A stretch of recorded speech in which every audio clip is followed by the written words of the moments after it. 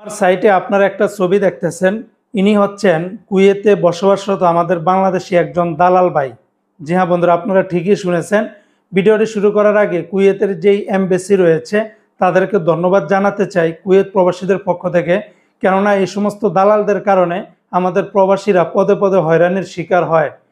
এই দালালকে কুয়েত এমবেসির লোকেরা তাকে ওয়ার্নিং দেওয়ার পরে যখন সে তার কর্মকাণ্ড থেকে বিরত না হয়, পরবর্তীতে তাকে পুলিশের কাছে ধরা দিয়ে বাড়িতে পাঠিয়ে দেয়, অর্থাৎ আজীবনের জন্য কুয়েত থেকে তাকে ত্যাগ করে বাংলাদেশে পাঠিয়ে দেওয়া হয়।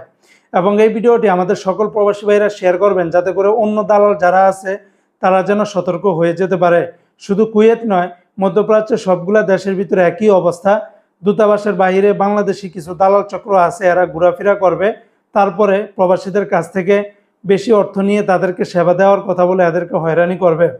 তো এই দূতাবাসের একটি বিজ্ঞপ্তি জারি করেছে তার বিরুদ্ধে। সেখানে কি বলা হয়েছে সেটা আমি আপনাদেরকে একটু জানিয়ে দিচ্ছি, তারপরে এই বিষয়ে আরও দু একটা কথা বলবো।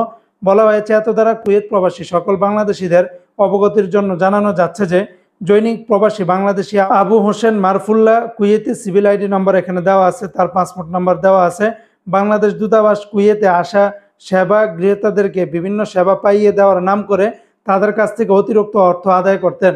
দূতাবাসের পক্ষ থেকে তাকে কয়েক দফায় সতর্ক করা হলেও সে তার এরূপ কর্মকাণ্ড চালিয়ে যেতে থাকেন।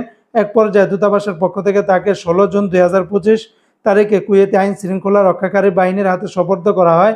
কুয়েত আইন শৃঙ্খলা রক্ষাকারী বাহিনীর দূতাবাসের অভিযোগের প্রেক্ষিতে তদন্ত করে 12 জুলাই 2025 তারিখে তাকে বাংলাদেশে স্থায়ীভাবে ফেরত পাঠায়।